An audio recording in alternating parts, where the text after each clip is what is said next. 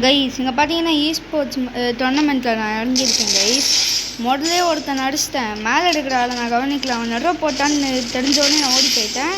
அதுக்கப்புறம் இங்கே இப்போது இது எதுக்கு ரொம்ப இம்பார்ட்டண்ட்டுனா, நீங்கள் எனிமி சுடுறான் எனிமி நடுவ போடுறான்னு மீதியத்தை கவருக்கு ஓடிடுங்க.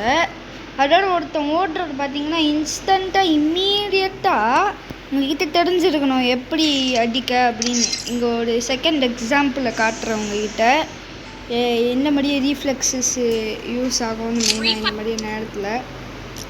அவனை பார்த்துட்டேன் இறங்கும் போது, அதனால் நான் அவனை குடி வச்சிட்டேன்னா இறங்கணும்னு போட்டு அடிச்சுட்டு லோல் போட்டேன். பின்னாடி நடுவு போட்டான்னு தெரிஞ்சிடுச்சு, அப்படியே போடிட்டேன், வந்தால் அப்படி அடிச்சுட்டேன். இது ரொம்ப மெயினான விஷயம், இது நிறைய நேரத்துலலாம் யூஸ் ஆகும், அதனால கற்றுக்கோங்க. பாய்.